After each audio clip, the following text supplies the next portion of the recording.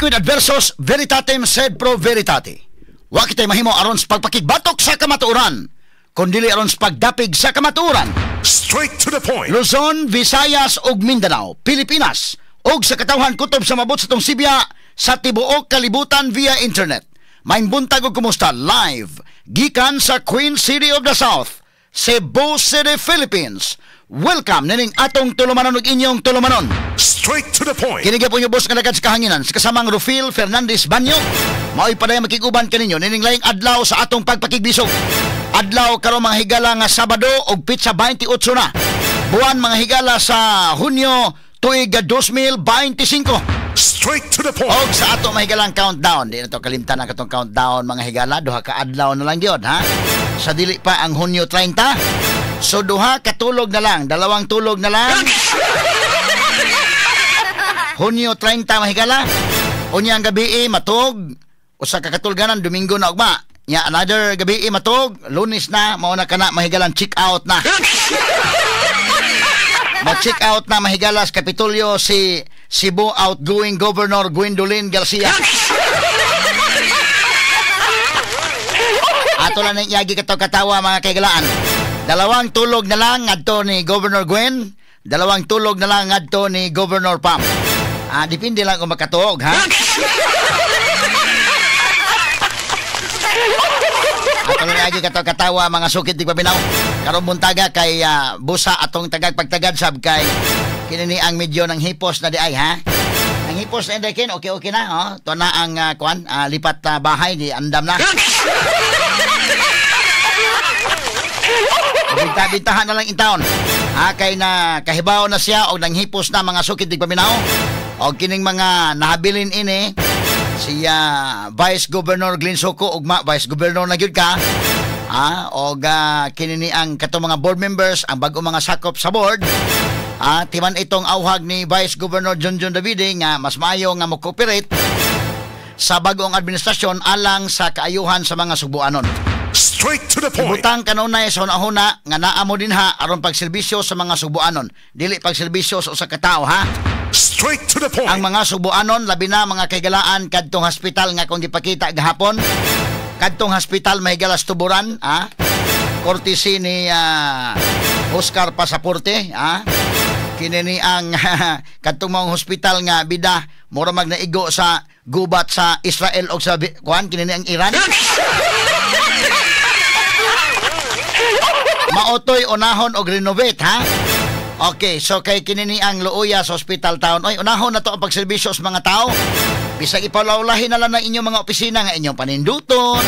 Nindot naman ang daan, no? Pero katong maong hospital town, bida, ako ipakitag balik unya mga kagalaan. Makalingo-lingo ka gyud makakita sa mga ospital. Governor Gwen, makakita ka sa mga ospital, Gob. Okay ka to, Gob, ug tukaran ka og mabuhi ka Subuano.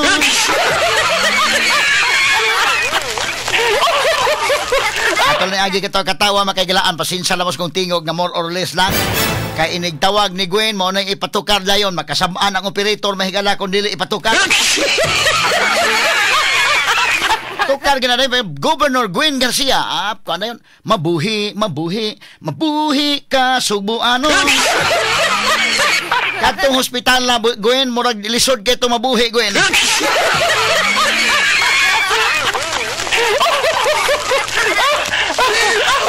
Karong butaga, mga higala, tanawag, mabuhi ba to? Kanindot sa imong mga pasigarbo, sugbo mo, giuna, gyud. O ni akong ipapamalandong ninyo ang bago mga sakop sa board, ha? Gibutang-butangan na ba kunuhag pamando-mando Rabas Gwen Garcia may gala outgoing governor og trust fund. Trust fund dahil sa iyang pasigarbo sugbo o sa suroy-suroy. Tanawang hospital. Tanawat tong hospital. Trust fund mo anang suroy-suroy sugbo. Tanawat tong hospital ang kahimtang. Aron mo taga ipadayon ta mahigala sa ato karong paguban-uban nining atong tulumanon ug inyong tulumanon. Straight to the point. Atong balikan tong hospital, Gwen, ha? Mabuhi ka Subuano. Wa may tambal hospital sa pagkabuhi.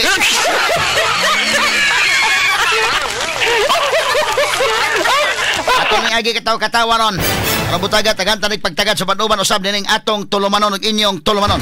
Straight to the Ang point. transition team ni Governor-elect Pam Bariccuatro nakig-meeting ngadto sa taga Department of Interior and Local Government kon DILG kay alang sa hapsay nga turnover sa pagdumala na sa Kapitolyo karong Hunyo 30. Straight to the point. Gipresentar sa DILG Cebu Province Provincial Director nga si Attorney Juaden Sastrillo ang formal nga plano sa transition nga giandam ni outgoing Governor Gwen Garcia. O gibutyag niini nga panguluhan mismo ni Garcia ang maong turnover ceremony. Straight to the point. Pantay bitaw ha. Ikaw may mamuno ha. Atong klarohon lang eh. Ato ning bantayanan ta sa usa kay exhibition ani unya na siya mamuno.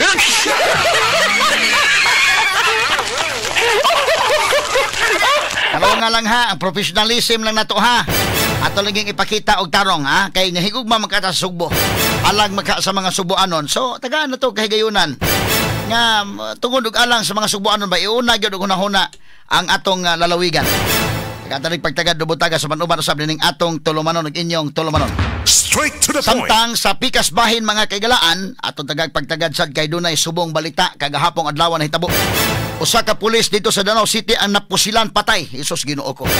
Samtang niresponde kini sa alarma nga dunay lalaking nangilog og armas gikan sa gwardiya dito sa usa ka establishmento sa Barangay Poblasyon, Dakbayan sa Danau. Straight to the point. Ang suspect napusilan sab sa mga sakop sa BJMP nga kauban sa pulis na tungtungura pagtubag sa umaong alarma. Straight to the point. Ato ni hatagag pagtagad karon ang Police Regional Office 7 mohatag og pasidungog sa napatay nga pulis nga si Police Patrolman Mark Gomer Ornupia. Straight to the point. Kinsa man ning maong suspitsado kasalbahis pasad ini mga kaigalaan. Ang namusil ining usa ka alagad sa gobyerno. Samtang sa pikas nga bahin duha ka persons of interest naanas kustudiya karon sa kapulisan na sa lungsod sa Dumanhog sa laing bahin sab. May kalabutan pagpusil patay sa usa ka byuda nga barangay secretary sa tubod duguan didto sa maong lungsod. Straight to the point. Og samtang sa pikas bahin sa may galat o tagay pagtagad ang dugang pang mangisgutanan sa kauluhan o lawinas gawa sa nasod. Miangko na karon mga higala ang usa sa mga opisyal sa Iran. Inday kay paghumangod og buto atong GBU 57 kagida sa Bito Stealth Bomber mga sukit tigpaminaw.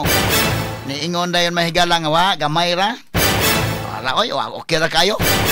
Pero nakigsabot na sila sa ceasefire with Israel.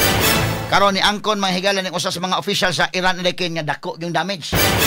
Perting pagkagusbata gyud no sa bomba mahigala nga niigo didto sa ila mga higalang mga nuclear program facilities mga sukit di papinaw pertin pagkaguba agyod og kinini ang medyo dako-dako yung damage kay kini mahigala ilan ang giplano. Imagine ka plano kini mahigala ang ilang nuclear program for more than 40 years taken more than 40 years naguba lang sud sa 12 ka adlaw nga gira. Straight to the point. Ali sa Israel mga kaigalaan og sa Iran. Pag-apil sa Amerika wara porbida pipila lang ka oras mga higalan bungkag mga sukit tigpaminaw. Straight to the point. Pila ka tuig nila nga gipundar ibungkag lang pipila ka oras mga kaigalaan sa kinini ang Tomahawk o kining GBU 57 ba mga higala bunker booster bomb nga gidaan niya tong Bito Stealth Bomber mahigala sa Amerika.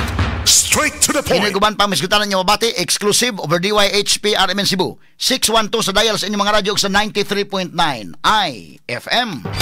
Serbisyo publiko gikan sa mong lukhan sa kanunay DYHP #1.